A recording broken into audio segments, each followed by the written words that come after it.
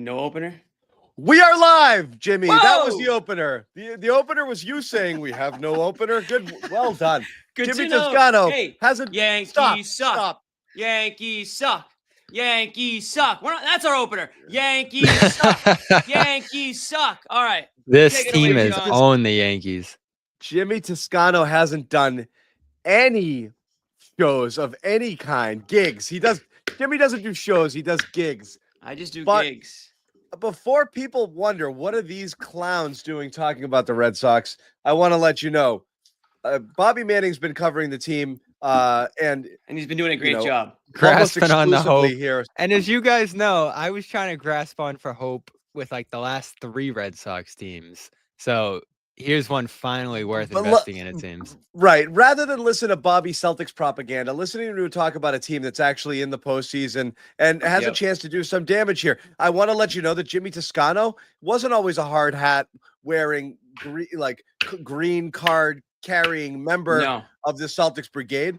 He used to cover the Red Sox extensively at NBC Sports Boston. And I, oddly enough, this is my bag, the baseball. This is what I did. This is what you do.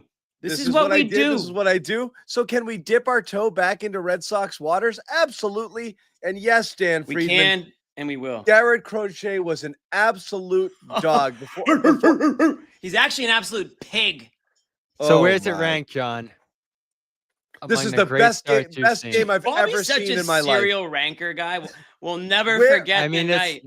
It's Where up there, were right? Crochet took the Where mound. were we when Nick Sogard hit that double?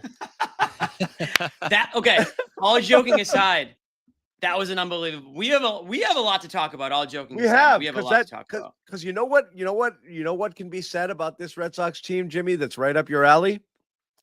They got some fight in them. They got some sparkiness in them. They really do. What are they? What are they? They're sparky. They're sparky. are.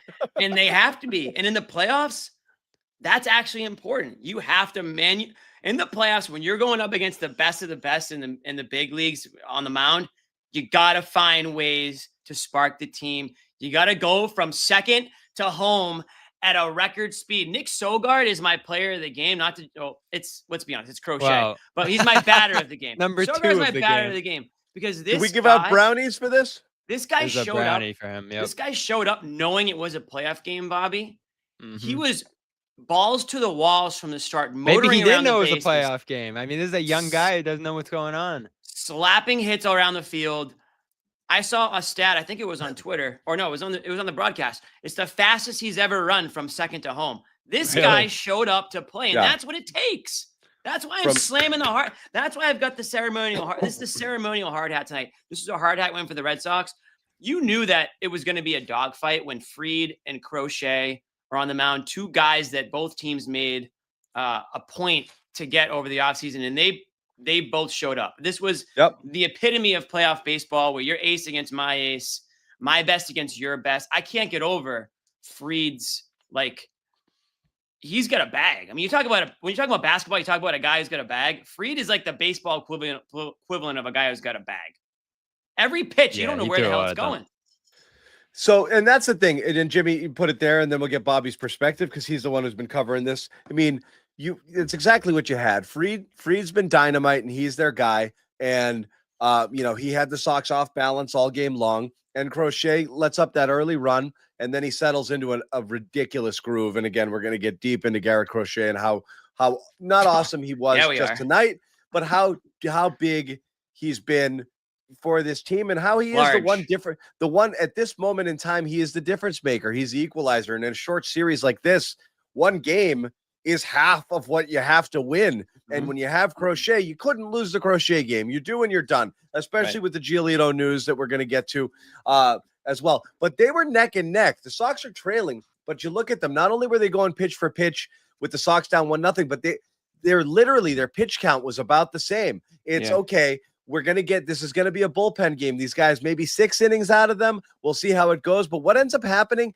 the key thing, the Sogard, stretching that, and getting that double and putting 2 men in scoring position. Yoshida comes out of nowhere, with the pinch hit single that puts him ahead. But the key to the whole game to me was the 6-pitch 7th, because that gave you an opportunity.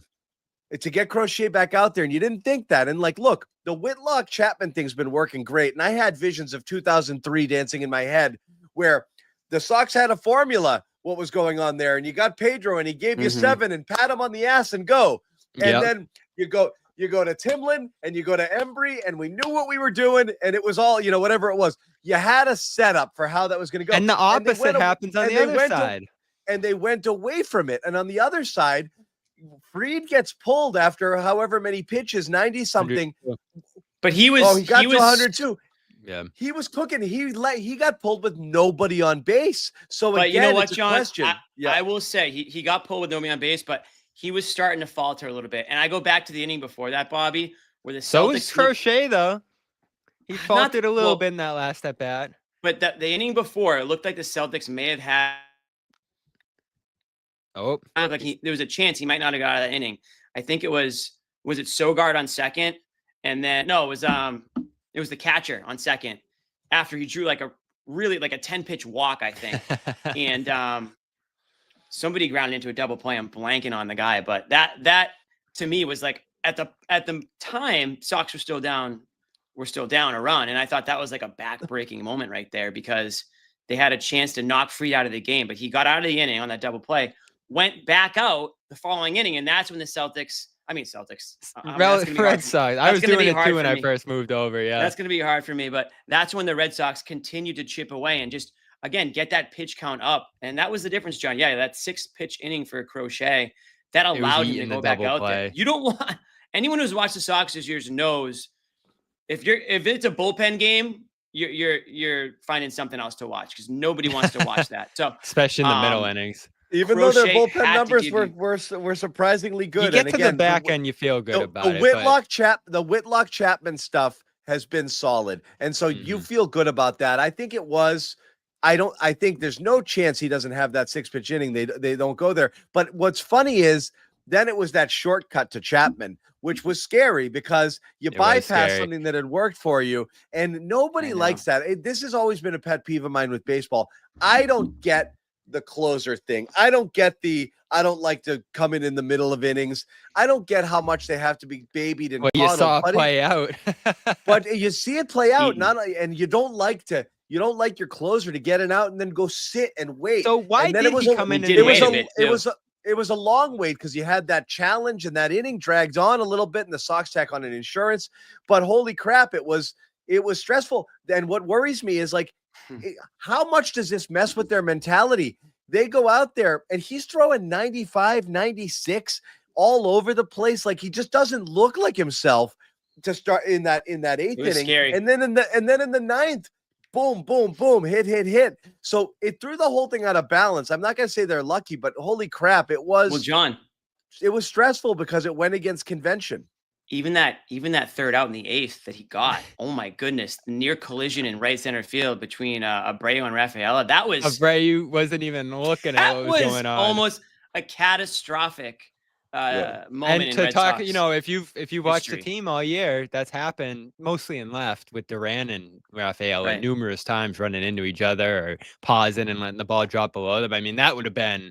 Out of all the great things that happened tonight and scary moments, if that's how they blew this game, that would have just been demoralizing, especially after what Crochet did here. So that was scary. I think the entire city shrieked at that moment on that third out. And then to your point, John, the 9th inning comes around, and Chapman's been so unbelievably good, and emphasis on unbelievably, that you start to wonder, as a single here, a single there, like we haven't really had a situation where Chapman's I've been scared about him in a playoff spot. Unraveled, but there is that. I don't want any bad juju here, but there is the previous Chapman where he has unraveled in those situations. So that starts to creep into your mind. Being a Red Sox fan starts to creep into your mind. No matter how many championships these guys have won, it's in your DNA to hide under a pillow sometimes, right? So all of that stuff. There we go. I was wondering, and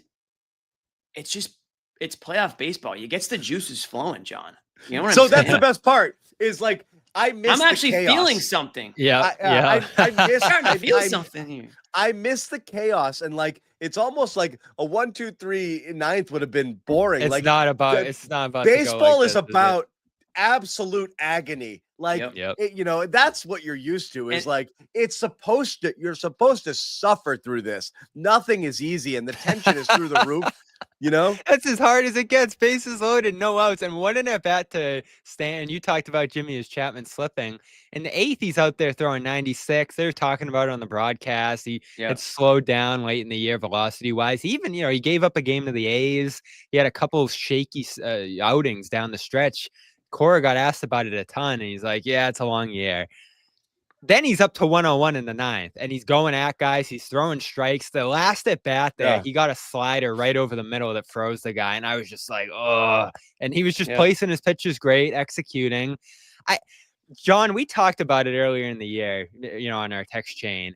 This guy's been so shaky through his career, and he's bounced around now because he can't throw strikes, and he's been super inconsistent despite the amazing skill he has.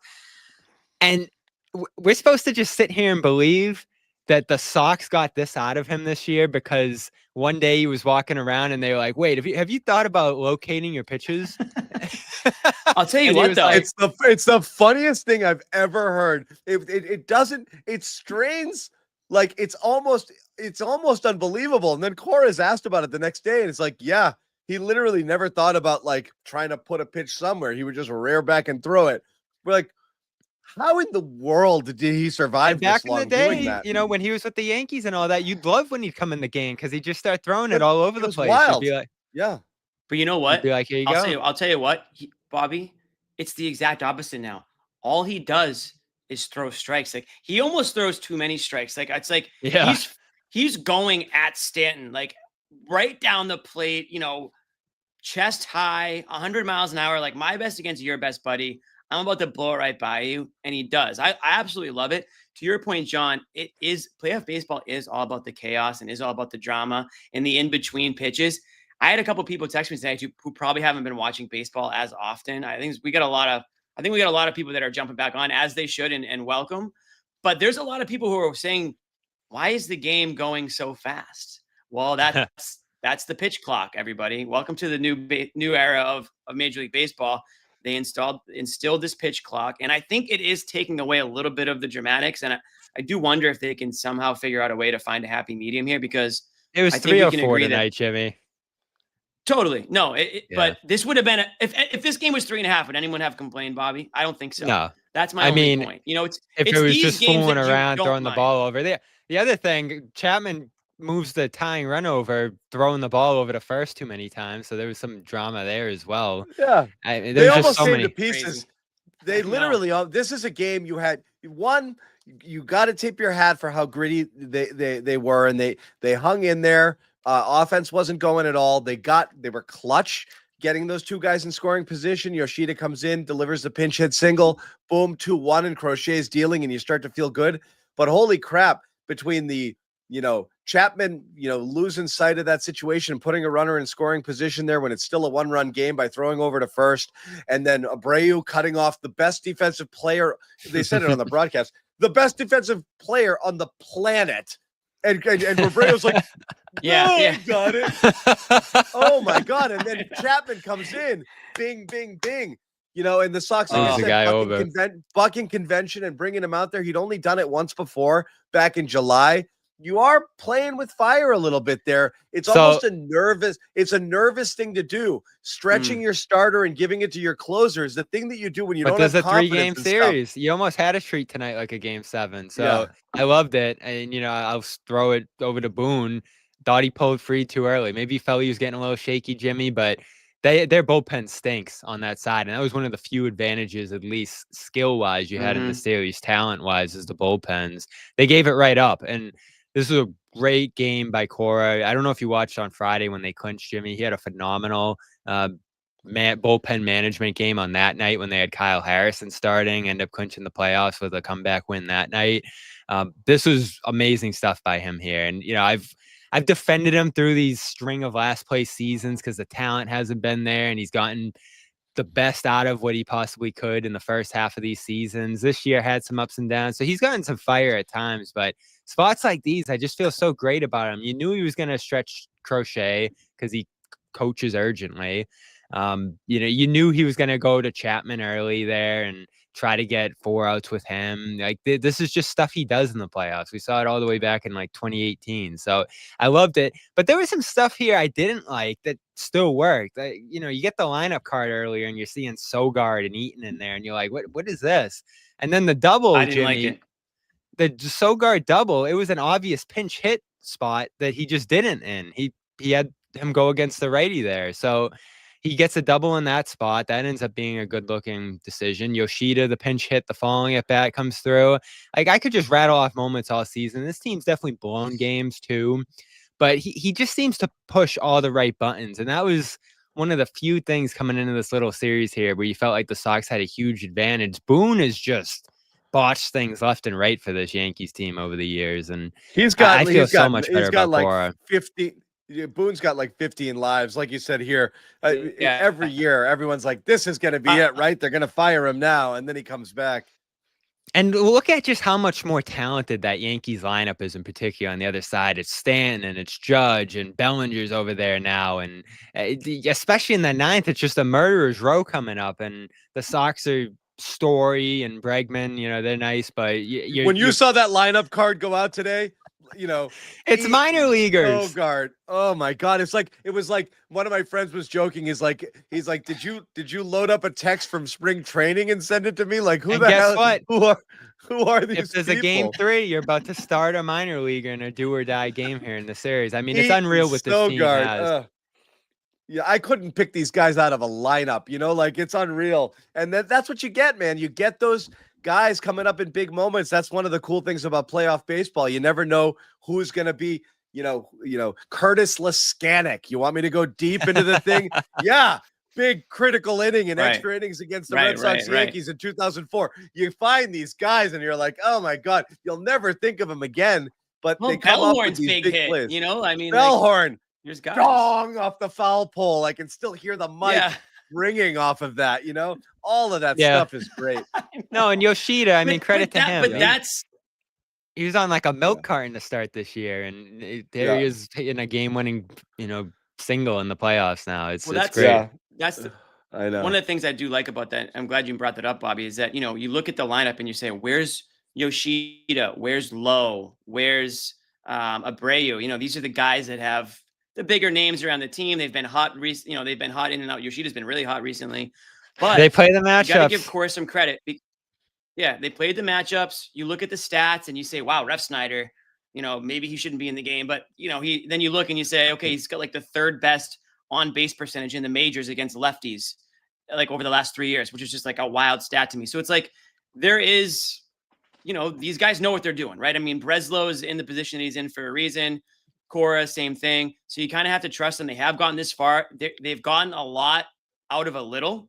And I think tonight was a perfect example of that with the way you saw them manufacture runs. And credit to Yoshida. He probably could have been somebody who said, why the hell am I not, in this game right now? This is why they signed me. I think I've earned to play. But he played his role. He came in a huge moment, and he drove in a massive run for them. So 2 runs, right? So, again, just great team baseball from this Red Sox squad. And it was a must-win game. If you wanted a chance in this series, this was a must-win game.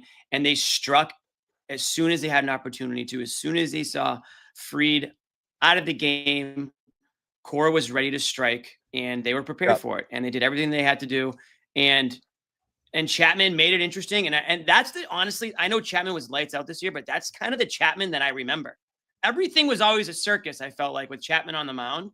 I'm just glad that he was able to reel it in and get out of this game, because that would have been, I don't even want to think about how that would have gone for the rest of the way. But and look, and again, you say you're nervous, Jimmy, with the Sox, bullpen. The Yankees. This is the key to the series for the Red Sox. You can get into that Yankees bullpen, which has been shaky and certainly an Achilles heel. It's like a 4-3-7, isn't it? Something like here. That. So this is where you're making it, and you saw. They threw their high leverage guys in today. And again, this is the beauty of the 3-game wild card. Like, yeah, some of those guys can come back and throw again tomorrow, but they had to spend a bunch of their high leverage bullpen arms in this game just to kind of keep it where it was. And it didn't work, and they lost it. And the Sox did nothing, in that regard. And yeah, you're worried maybe you burned Chapman, it is what it is. But you're coming back home, and you've got a guy who's been really, really, really solid for you. And again, you're not going home, John. You're staying in New York. All three at Yankee. Oh, sorry. Yeah. So they're stay out there. Yeah. It's spaced on that. But you got Brian Bayo on the mound. You got to, you got to try to lock it in tomorrow, because you know what's going on in game 3, which is potentially a rookie. Oh, I don't know why. I don't know what but you New do York's there. got a rookie as well. New York's got their rookie, Schlittler, who's actually been a beast for the most part of that. He was on my fantasy Hill baseball on team Sunday to try to win the division. So that's an opportunity. And then, we don't have to get there yet, but Conley Early's been excellent. As great as you can imagine, and I like to tease these minor league guys and, make fun of some of the names that they've called up this year, but they have gotten a lot out of some of these guys. And your guy, John Peyton Tolley, might make an appearance. And I didn't even think he was going to make the roster before this year. Tolley's 100% going to pitch, because the best thing about him now, you unleash him for 2 innings at a time, 3 innings at a time. And he just comes out and he throws 180 miles an hour. He's been awesome. He hit 101 the other day. Yeah. And again, he's hitting 101, but he's also got that Chapman thing going on, where he's out next to Chapman. He's got the longest release point in the majors, right behind Chapman, where that 101 comes in just where he lets it go. He's such a big guy with long arms. He lets that thing go. That's coming in like 105, 106 when he's up into that velocity level. So that's a weapon. That's a weapon that you're absolutely going to use. And I love the idea of stretching him out, there, because again, his arm extension is insane. And when he's only got to pitch a couple innings, he can just pop his ears rear back and bring it. But before we get into, it feels like he's got that dog in him too. Yeah. Before we get into game 2 and game 3, let's give our flowers where they are most deserved in this game. And that, of course, is to Garrett Crochet. Before we do that, we want to give a quick shout out to our friends over at Prize Picks. Again, if you haven't, more on Crochet strikeouts in this more or less, or pitches. Football, doesn't matter. Get in on the action here. You see it on the screen. Download that app. Use your code CLNS to get 50 in your lineups after you play your first $5 lineup. You pick more or less at least 2 players. That's all you got to do, up to 2,000 times your cash right there with Prize Picks. And again, the best time, period, to do this. All the sports. I want all the sports going on at once. I want to be able to mix and match. I want it all between, again, basketball's about to start up, hockey as well. You've got the baseball playoffs, and of course, you've got football going on as well. So sign up again. Terrific stuff, free squares, promos, all sorts of different things. Taco Tuesday, what have you? Tons of promos. But the most important one is, if you haven't signed up, download that app today. Once again, use the code CLNS. Get 50 in your lineups after you play your first $5 lineup. Once again, code CLNS, 50 in your lineups after you play your first $5 lineup. Prize Picks, run your game. So let's get into it. Jimmy, you might need a Red Sox hard hat. If they win this series, I might be on the horn with my hard hat guy. Yeah. I might have to. What more can you say? What more can you say about Garrett Crochet in this one? Again, it looked a tad shaky to start, and then nothing ever happened again. The rest of the game, 17 straight guys went down. Locked down, and that's it. And the guy is a freaking horse. You see him, he's this big dude, and he's just dealing. And again, just unbelievable what he was able to do. This is what, you want to give ownership. He's got a dumper, huh? He's a big guy out there. He's a big dude. Jimmy's giving ownership crap. You went and you traded for this guy. You signed him into an extension, and he's everything you could have possibly imagined he would be and more. And again, look what happens when you go out and pay for top end talent. I know, but I mean, again, we've seen them be bit before with it not working. The David Price situation and this. But and that. You got the Chris Sales of the world, like they've hit on some too. Yeah, his sale was. I think the difference was, John. I think the difference was they gave up assets for a guy instead of sign somebody that the other team said, "Yeah, we'll let you go, buddy." You know what I mean? Like a little bit of a difference there. But then they paid him. He was somebody that they wanted, but then they paid him. They've been good, I will say. And everyone who watches the Celtics post-game shows knows that I've taken many, many, many shots at Red Sox ownership over the last couple of seasons, and that's why I stopped supporting them for a bit. Not because I'm a Fairweather fan, but because I refuse to support ownership.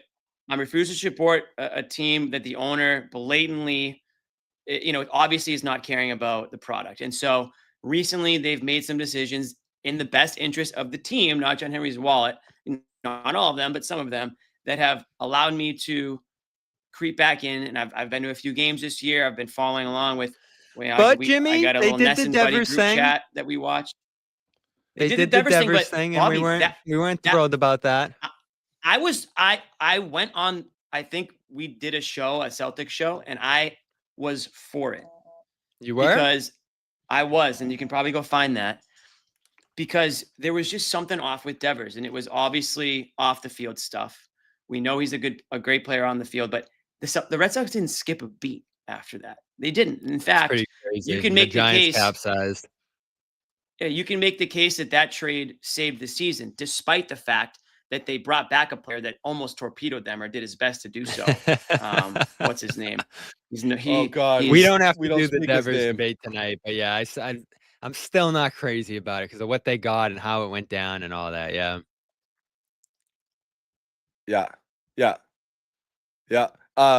Hold on, I think we have something. Oh, I do. I've got look, who do I have? Cora? I've got some post-game sound. We're going to play it a little bit. I think this is talking about Crochet.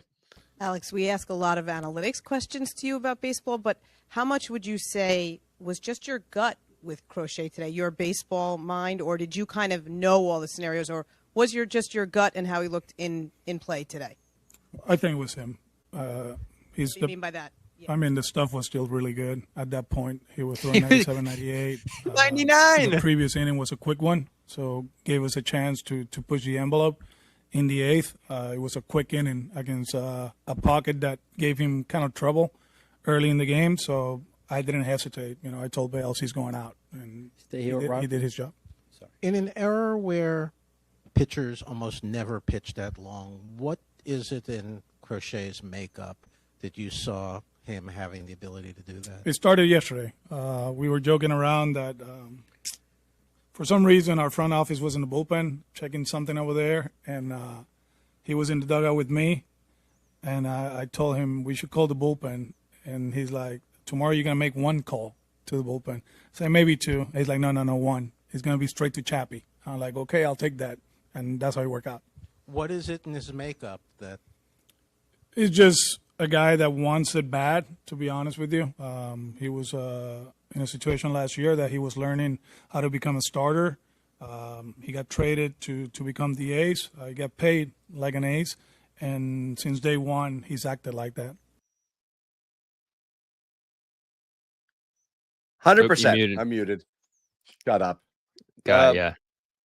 Fuck. I was muted too. I'll give Corey the credit. He didn't want to take it there. No, you got me. I gotta go. I got muted. I was muted.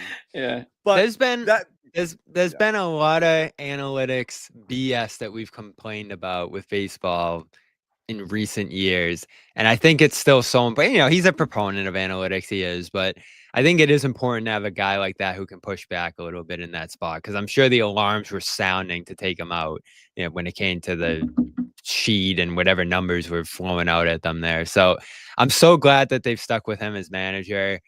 I feel like he's at his best when he's making gut calls in these kind of spots. I mean, Jimmy, there's no way that numbers were saying to let a guy like this go 118. No, and it's honestly a breath of fresh air because I'm so sick of seeing pitchers go 4 2/3 innings. I mean, I get it. That's where things have trended. They've got starters now. They've got guys who don't go more than, 80 pitches. They got openers. They've got, 3 different closers. I get it. But to see, they got openers. But to see a guy this was an old school. This was, again, I don't want to go full Bobby here, but John, all joking aside, this was a elite Red Sox starting pitching performance. This has to be up there in some of the best pitching performances in the modern era. I'm not going to go back to, where's it ranked, John? When you were watching, you got to give me a ranking and all those guys. Modern. Modern. It's got to be top 5, right? Look. Did I freeze? No, I'm trying to think. No. I'm trying to think in terms of the rankings here. One that comes to mind, Josh Beckett. Listen, we're not going to be able to down 3-1 to the Indians at the time. Now the Guardians, down 3-1 there in Cleveland with a chance to them to lose it there. I think his girlfriend saying I forget what it was. Anyway, Derek he goes Lowe. Out there. That was ballsy as hell. Shilling bloody sock is always going to be legendary as well. With that sort of stuff. I'm saying though. I mean, this is going to go down as one of those. But this, and again, it's one start and it's game 1, and you have to get a little bit deeper in order for that to matter. But as Cora said, you got him to be the ace. This is what aces do. Each team threw their guy out there. This is what I got, and the Sox came out on top. That's got to make you feel good. And again, doesn't matter the length of the series, 3 games, 5 games, 7 games, 3-game series. You got this guy going once, in a longer series, you have him going a couple times. You just got to feel good. Look at the Tigers couldn't have possibly played worse today, but look what happens. Their ace takes the mound. Boom. That blew my mind. Yeah. So the Guardians were flying around and playing great baseball, and they had the Tigers numbers, but you got to face this guy. So good luck. Boom, I know, and pitching matters so much now. Yeah. And it's so incredible. But also, you got to be able to get deep. And that's what ends up happening. The playoffs are a grind. And the fact that Crochet was able to get as deep in the game as he was, I think, is the big key here, because you could see that. Foul it off, stretch out those at-bats, make them strike you out, take pitches, work it. You want to get that guy to close to 100 pitches after 5 innings and get into that pen and then go to work. And the fact that he was able to almost go 8 innings in this one, I think, is just an amazing thing. That is modern day workhorse stuff. It's just so hard for pitchers to get deep into games, particularly in the playoffs. It's just huge performance for him. And again, what a great thing to have strikeout pitchers too. Do it. Yeah, exactly. Strikeout pitchers too. I mean, this is a guy who had 11 Pedro out of the pen in 99. That was unfriggin' believable. Yeah, that was elite. That was the best. Listening to, thank you for bringing that up. People talk about that as well. If the oral history of that game, I'm just going to tell you, the air went out of the building when Pedro comes in, because they tried to tweak it. They started Saberhagen, or I forget who it was. I don't even remember who started that game. And they get to 3 innings and it's like, this was gross. And then Pedro comes out, and he wasn't feeling good. His oblique is messed up. He threw 90% changeups. He just came up there and threw changeup, and just shut it down. That was the ballsiest one. I forgot about that. Unfreaking real. Anyway, go ahead. Yeah, let us know some of your favorites. For those wondering, in the chat. John's a big Pedro guy. For those wondering, I think you told me he's in your Mount Rushmore. I love Pedro too. You can get John on Pedro for a while. Pedro's in Larry Bird territory as far as Mount Rushmore goes. He is he locked in there for me. Yeah. He was 101. And I ran into him at Fenway in the late stages of the season, and it was just one of those moments that blows you away. Run into a legend like that. That was awesome. A legend in every way imaginable. He wasn't just a great pitcher. He's the most engaging, fun, intelligent person to be around. He's just electric. Pedro is one of one. He's no question about that. And it's good. An absolute animal. Absolutely the best. Yeah. And it's good to see this team again. They've had such invisible players for years now. And this season, we can get into the, how this year has gone here, but for Story to get back on his feet, for Bregman to arrive and actually give them some credibility and a real rock at third base, to get Crochet and what he can do here. You finally have some guys that you can latch onto on this team, and the young guys too, John, to see them actually coming through and panning out, Anthony in particular. And it's a bummer he can't be part of this run. The injury stuff this year has just been ridiculous, and that adds to how incredible this is. But you finally have some guys you can latch onto. People, like Jimmy said, people tuned out this team in 2020, maybe 2021-ish, and they haven't laid an eye on them since, because they've stunk and they've been a disgrace and they've just slapped the fans across the face again and again. You're finally seeing it shift the other way through some combination of actually spending and making moves and rightfully so, it appears, believing in some of the young guys here and holding on to them. It had to be a balance of the two, and they finally gotten there. Yeah, look, I don't want to do the whole but it's understandable why people dipped out, but the energy is always real. And we say this all the time, like the world is a better place. Certainly Boston's a better place when the Red Sox are relevant. The energy of the city changes, the attitude of the city changes, and you can definitely feel it. There's something the Red Sox have that the other teams don't, and they've always had, is that collective thing where everybody's feeling it. I feel like they've always got the widest reach in terms of interest. It's like moms, grandmothers, 80 years old, doesn't matter who you are. There's a connection and attachment to this team that runs deep, and it's infectious when they're really good. And you get into these playoff runs and it changes a lot. So I do think it is easy to jump back in, even for the people who haven't been fully invested or engaged in the team because of, whatever missteps you felt ownership made or such. But this was a fun team to watch all year. And again, it really is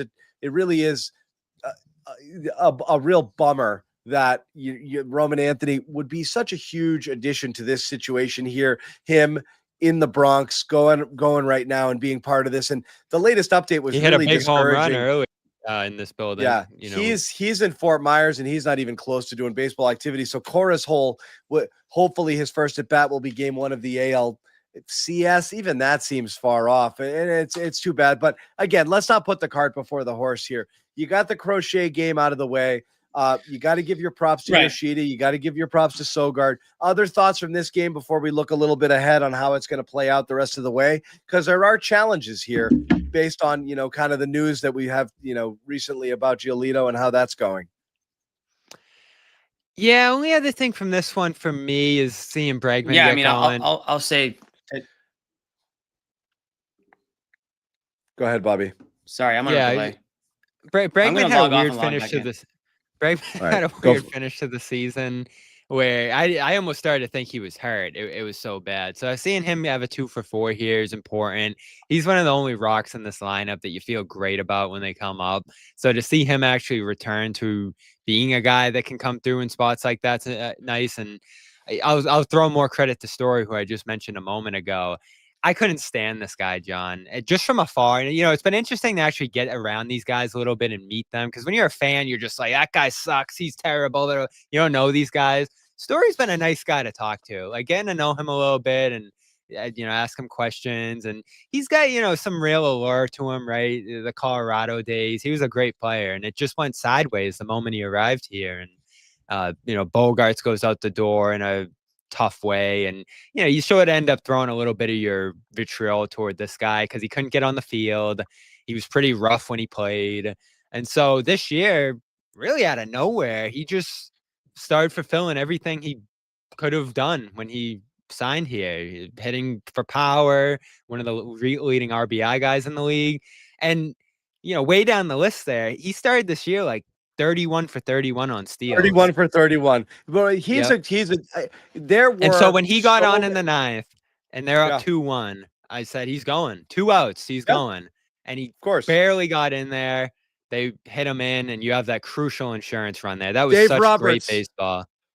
Yeah, Dave Roberts situation. Get on base, get that run. Again, a different situation. Obviously, they wanted that pad. But yeah, I mean, and again, a feast or famine night for him. 2 singles, 3 strikeouts. But he was legit, I think, not just by naysayers or people who are just frustrated by how the contract has gone, how the injuries have played out, and how he hasn't quite lived up to what he was supposed to be when he was Chaim Bloom's one big splash spending. After seeing all these players leave, you sign this guy. And yeah, there's a lot of reason where people have been down on him. And the way he started this year, he wasn't making contact. He looked overmatched. It wasn't competitive to the point that you're like, they might just have to just bring up, Marcelo Meyer and just have him play short and end the Story experiment altogether. And he completely turned it around in terms of his, production, the stolen bases that you mentioned. He was important. And look how look how jacked up this lineup is right now. You need him. You need him. You need him in there. You need him to try to, Yeah, and they were such a weird lineup because to be a presence. Yeah.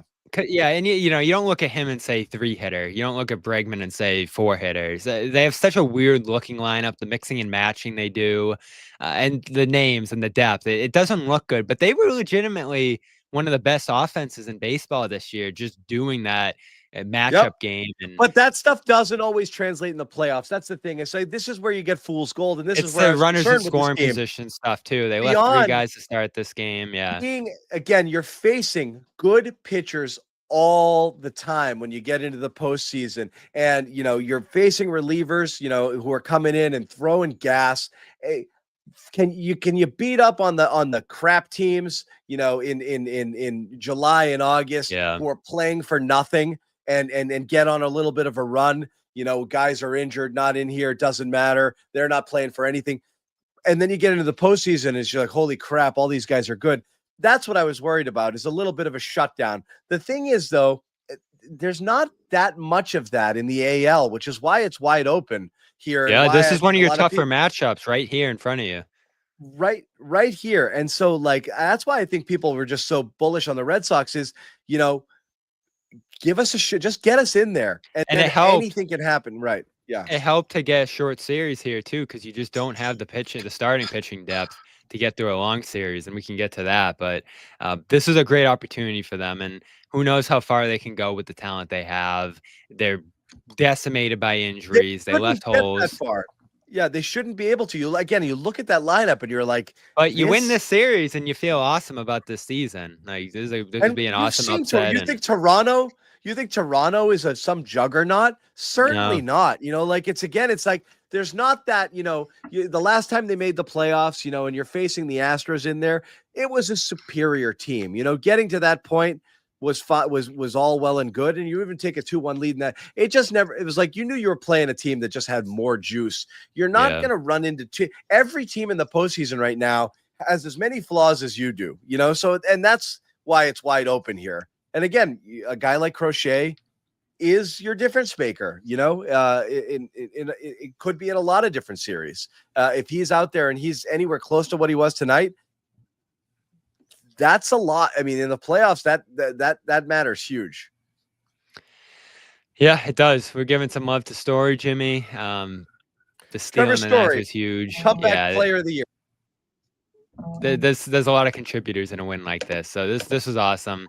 How far is it going to go? I think you got to get tomorrow.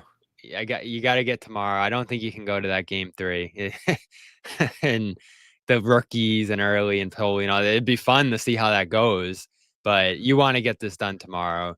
Bayo. Yes. Do you want to do the Giolito stuff first, John, or do you want to talk Bayo? Yeah, I mean, look, so this is a real kick in the but first it's missing the series, then it's missing the playoffs. This sucks because this was, if you felt that the Red Sox had a good chance, Bobby, you were probably going to rest it on 3 starters that you think can keep you competitive, and the back end of your bullpen being able to shut the door. And that was it. That's your calling card. Yeah. No, when Anthony went down, and that was the storyline, right? You're done because Anthony's out. Cora kept pushing back and saying, no, it's pitching. We're a pitching team. We're a pitching team. And that's the reality is you felt okay the way these guys were throwing the baseball is this is a competent playoff rotation 1 through 3. And then you figure out what you're going to do game 4. And it might've been early, in a series where you're going, beyond, the 3 games, which they're playing here with the Yankees. But 1, 2, 3, certainly in that first series, you felt good about it. And this throws a huge wrench in it. I don't mean to doom and gloom it, but this sucks out of nowhere too. What did I miss? We're moving on to Giolito, and I wouldn't say it's. Can I just say what did I miss though? If you can get it out. A lot of people were saying some shit about you, but I think it's gone. I think it's I cleared the chat. I booted them all, Jimmy. What's your final statement on this game? I'm too Jimmy? frozen. I don't know. My connection's all screwed up. All right. While Jimmy's unfreezing, I'm going to tell everybody. Connection. Oh no! Here we go. Delay. You go, Jimmy. I'm going to stop talking. We gotta get you on some Ethernet, man. You got the Joe Sway Wi-Fi. You have the floor. John, you have the floor. Then give me a second. Okay. All I was going to say, while Jimmy was collecting his thoughts, I was going to tell people the majority of you are watching this on our regular channel where you're used to seeing us with the Garden Report. And we welcome you and we love you. And it's so good to have you here. And we wanted to be able to pop up here and, alert so many of our, friends and followers and subscribers. And those of you who are used to, taking in our Celtics content to be able to bring you the, special, kind of, Red Sox postgame show, which is something we don't normally do. We're also broadcasting to our Red Sox All Access channel, which could use some love and use some help. And I want to let you know that Bobby Manning, who's been covering the Red Sox beat the whole second half of the season here since the Celtics went out early, he's posting content there regularly. Bobby and I are going to, if the Sox go a little bit deeper, we're going to restart the Red Sox Beat podcast. We'll be putting that over there as well. We want you guys to join us. So do me a favor. If you're fans of us, fans of the Garden Report, fans of the type of content, subscribe over to our Red Sox channel. We're trying to grow it right now. Just go in, check it out, subscribe. It's there. Another place where you can get some Red Sox content, and hopefully we get a nice deep run here, throughout the postseason, and we can kind of bring you more stuff. We should be, when they return home, hopefully, if they make it through the Yankees, we'll be covering the division series in full force, and we'll have a lot of content there as well. So hopefully this is just the beginning, and we'll see where it goes. Jimmy, I'm going to pause, count to 5, and let you have the floor.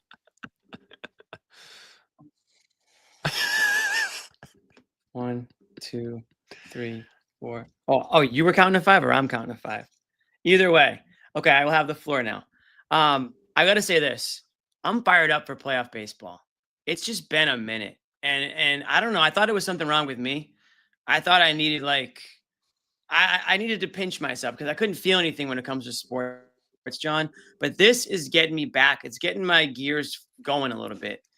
I love the dramatics. I love the ace against the other ace. I love that the Red Sox aren't the favorite.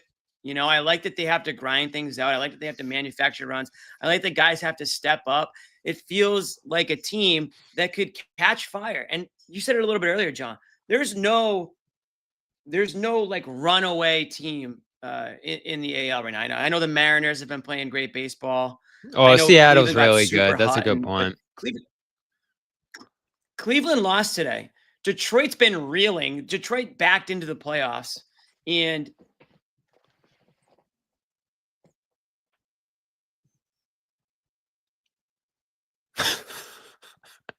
started good, sounded good.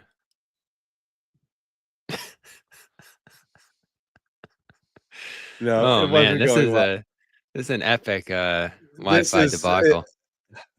You get a little bit of everything here. You get a little bit of everything. What would it be without some Wi-Fi issues? Yeah. So anyway, just back to it. Yeah, the Giolito thing is tough. I'll ask this. One of my friends who's too much of a coward to jump into the comments, but he's texting me watching the show. Wanted to ask this question. I'll ask you, Bobby. How does the Walker Buehler situation look to you right now? It is after this injury. Expected. Like, he was awful here. I was like, he'll go back to the Dodgers and put up a 3-3, and instead it's the Phillies. So, you start diving into the story of this year, and they're down to 2 starting pitchers after this Giolito thing. And, you said it came out of nowhere, John. He was really slipping in September, so I'm not totally No, I know. stunned. Exactly. I'm not saying nowhere, but you didn't know it until right. You didn't know what it was.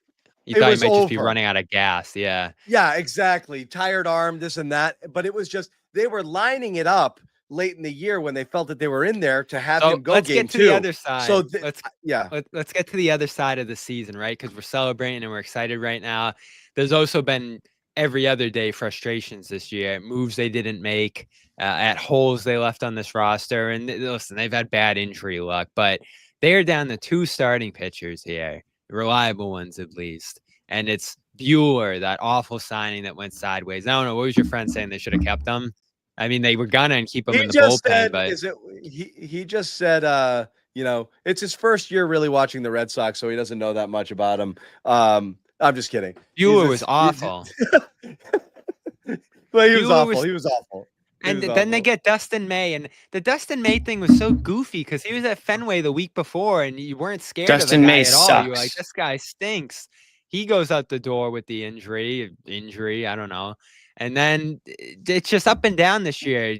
Crawford started the year with a home construction accident that knocked him out for the year, and Houck went down right away. And you just go up and down that pitching staff, and they never really addressed it. Other than Crochet and Bayo, they got this awesome year from him, but they have just had arms going down left and right. And all they've really done is throw some openers out there every once in a while, call some guys up. And they're so lucky they have this guy early who actually came through in one of those spots, who gives them a chance now. It's actually pretty amazing that a team lacking, that has as many holes and question marks as it did, is able to continue puttering along, because you're not just looking at that, you're looking at other injuries that happened earlier in the year to people that you were hoping to, count on to give you innings that never materialized. Obviously, Tanner Houck down, your Cutter Crawford, like there was, the amount of attrition here, and then you lose you trade your best hitter away, and then your next best hitter is hurt for the playoffs. It's pretty remarkable that with spit, glue, rubber, Band-Aids, whatever it is that they're tying this together, that they're in the position that they're in. This by no means is a team that should be as successful as they are. So Cora got some grief for, no one expected this team to be where they are. You swearing. It was a great quote. And yes, and you could nitpick it, but I think the overall spirit of the quote was accurate. Like, this is not the kind of team, and I think he's had frustrations with the front office at different points, ownership, that should be in this position, and they've gotten themselves there. And I think he deserves a lot of credit. The guys who have grinded, like Jimmy said, who are in these guys' play, Romy Gonzalez, who is one of those names you would laugh at coming into this year, being your second baseman / first baseman. He's figured it out. Nathaniel Lowe, who they basically just got off the scrap heap, and Nats let him go, has done a good job. The catcher position they figured out on the fly with Narvaez. So they've just had to make it work without a lot of resources, and they're still not a top end payroll like they probably should be here. But hopefully they're heading in that direction. Because listen, Jimmy, as excited as we are about this, if they lost this game because of a hole or didn't make the playoffs because they didn't address starting pitching depth or whatever would have happened that would have prevented this, it'd still be so frustrating, because you do have the Crochets of the world and guys who have had big years, and Chapman. Like, you hate to waste those seasons when you get them. And they did it in recent years. They've had some guys like Justin Turner, who was awesome, and Jansen was awesome as the closer. And I remember Chris Martin, who had like one of the best setup seasons ever. And you just wasted a year because you didn't have the talent around some of these performances. Now they've made it work, and you hope that they can push deep into the playoffs. But I don't think they have enough pitchers, John, even to get through this series. If you need to go to a game 3, I don't feel great about it. Which is why, again, it's a win tomorrow and then worry about the rest later. And that's where we're at here. You're off till Jimmy, Saturday. now that you're back, I want to know stuff. How about Schwarber, another guy that they had and could have, kept around? We could do that all day. Oh, I don't want to do that. The Schwarber thing kills me. He was such a Red Sox in his 1 year here. He loved it here. I know.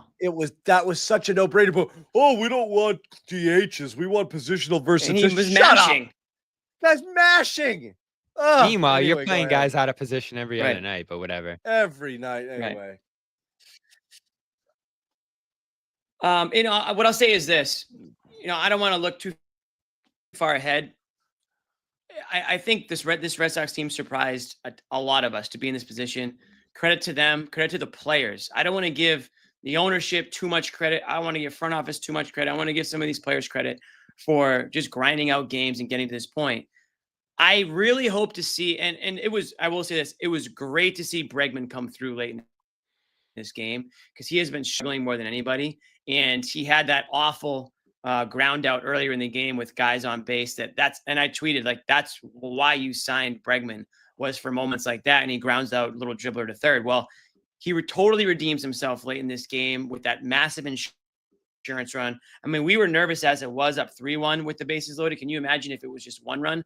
Maybe the Yankees do try tagging up on that second out there. And who knows how this game goes, because that was not a good throw, by the way. Yeah, it was a wide, halfway up the third baseline.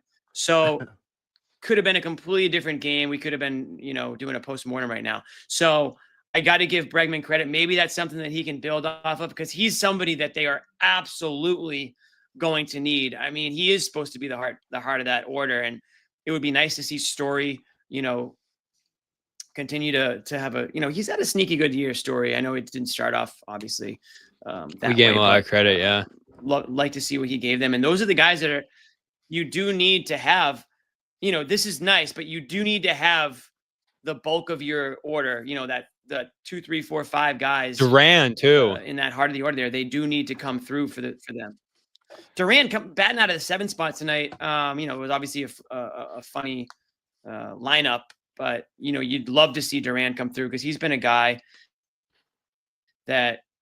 Talk about an up and down year, but the numbers are there. Yeah. And I think that he's got some gamer for sure in him. It feels like he should be Rafael, a season guy. Big so I'm waiting to see something from him too. Yeah. And he had the hit on Friday that sent him to the playoffs. I love him too. That was awesome. Electric. He's had. I want green uniforms. Let's go. I like it. I liked as good as Fried was. I loved that they were able to push counts. I thought that they worked counts as best they could to get that pitch count up there where it was, and chase him out of the game, because that had to have been a talking point going into this game, is that Fried's going to do his thing, but if we can get him to throw pitches, fight off, strikes, get that pitch count out there, we can do damage against his bullpen. And that's exactly how it went. So I will give Cora and I will give them credit for that mentality and that game plan going in 100%. How do you feel about Bayo tomorrow, John? Look, man, it's again, you talk about, I hate momentum because I just don't believe in it. But again, you're talking about things start to get really dicey, and the Yankees are trailing in this one. You get out in front. Bayo's doing okay. You get into the 5th and 6th inning. The pressure's been on the Yankees. And the pressure's on the Yankees, and they're going to, rain. Fans there are going to rain holy hellfire on this team, for going down right now. And I've been checking over there, on Yankees Twitter and just what's going on. Boone's getting massacred for taking Fried out of the game here. They're ready to kill this team. They really are. Here's the story with Bayo. 5.40 ERA in September. He came into September with a 3.07. Look, I don't feel great. Yeah. But the Yankees numbers are great. I think he has some of the best numbers all time against the Yankees. It's 2.4. Let's see, ERA here. I'll get it in a second. But he had some of the best numbers of any pitcher against the Yankees to a certain point this year. So you feel good about him as much as anyone else in the spot, and that's been another story of their season, is him tagging along with Crochet and being a legit number 2. He's got 2 wins and a loss against the Yankees with a 1.89 ERA, 19 innings pitched, 11 hits in this one, and 17 Ks with a batting average of 172 against. That's Bayo against the Yankees so far this year. So that definitely feels well. I don't love how he ended the season. And again, he's inexperienced. You never know how he's going to answer the moment here, but I don't feel terrible about it. I'm really curious to see how this goes. Yeah. Yeah. I for his career is 2.35 against and obviously Bregman aside. And Bobby, when Jimmy starts, you got to stop. Let him talk because he's on a slight delay. Go ahead, Jimmy. Go ahead. Thank you, John. I was going to say, Bregman aside, of course, and maybe 1 or 2 other guys, this entire lineup, pitchers, batters, they're all playoff inexperienced.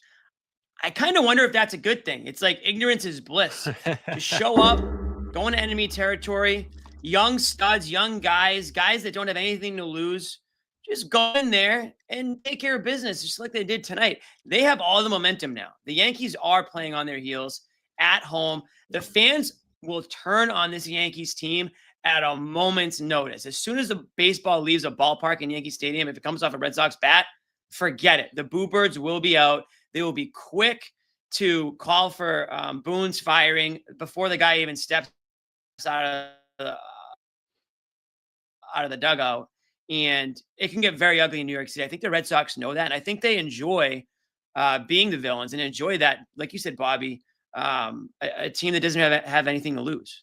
So I think that this is the perfect. And Bayo, it's hit or miss with him, right? I mean, on any given, another guy that was on my fantasy baseball team this year, no big deal, but on any given time he stepped in the mound, you didn't know which one was going to show up. Jimmy, one. Did my Wi-Fi last? You did okay, but we're going to wrap it up. We're pressing our luck. I do want to say, is there a gong underneath your desk or something? Because something went off. Like you know. Wasn't me. Okay. Bobby's laughing. It could have been something on Been his an end. adventure. Very quickly, I want to address Let's this end comment this and before other. my Wi-Fi goes up more. We are. I want to address this comment and a few others like it. Have they always done this? No. What the hell are these guys doing talking baseball? Hey, we all have baseball in our blood here, okay? Two, are we going to keep doing it? Yeah, we are. We're going to do some version of this throughout the playoffs as best we can, depending on personnel. And we might switch it out. Maybe we can find some other people who want to dip in here. Bobby's going to be covering games in person, but we are going to try to bring you Red Sox postgame shows for as long as this postgame run lasts. So we do thank you guys for, kind of out of nowhere, not expecting something like this to happen, for as many of you to jump in here and watch this as you did. Maybe the audience grows for the next game. I want to once again let you know, and again, so many of you are watching on our main YouTube channel where you are used to getting our Celtics Garden Report postgame show. We do have a Red Sox YouTube channel as well, where Bobby puts a lot of his Red Sox content. He's been covering the team down the stretch here. The second half of the season after the Celtics got eliminated, and he'll be covering them throughout the playoffs, which is great. So you're going to get in-depth reporting from those games here as long as the postseason continues on. So definitely sign up. You'll get some more Jimmy Toscano. You'll get some me, and you might get another cast, other cast of characters in here who want to come in and talk Sox. I'm going to fix my internet too. As they try to roll through the playoffs. The Red Sox defeat the Yankees. A very fun game, an exciting game, 3-1. Classic. You'll always remember this one. Yankees Where suck. were you when? Yankees Where suck. were you when? Yankees suck. Yeah. Terrific stuff. Once again, shout out to Prize Picks. Also, quick shout out to Game Time, another one of our sponsors here. If the Sox return home, you want to head to Yankee Stadium, head on down to Yankee Stadium. You should go tomorrow. What are you guys doing here? Did you see, John? There was a different company that wasn't letting people buy from Mass buy Sox tickets. Yes. Game Time's letting you buy Sox Yankees Game Time's tickets. letting you. Get in on it now. Use that code CLNS, $20 for first purchase. Drive down there, and Yankees suck. Yankees suck. Do it. Get down there. Sweep. Bring your brooms. Head to Yankee Stadium tomorrow. Check out for tickets right now. Code CLNS, $20 off your first purchase. Terms do apply. All in pricing, so you don't no hidden fees at checkout. Panoramic views from your seat, so you know exactly what it is you're going to get. And watch the Yankees, watch the Sox beat. There's nothing better than watching the Sox beat the Yankees in their house. Oh my God. So go check it out. A lot of fun. And again, quick shout out, Prize Picks. Get in on the action here. Download that app today. Use code CLNS. Pick more, pick less. It's that easy. The house that Crochet blew away. Yeah. Code CLNS, get 50 in lineups after you play your first 5. Once again, download the app, code CLNS, to get 50 in your lineups after you play your first $5 lineup. Prize Picks, run your game. Thank you guys for hanging out. Red Sox defeat the Yankees 3-1. They are 1 win away from advancing to the ALDS. Should be a lot of fun. Thank you guys for hanging out. We will see you back here tomorrow on the Red Sox postgame show, because this is what we do now. Good night, everybody.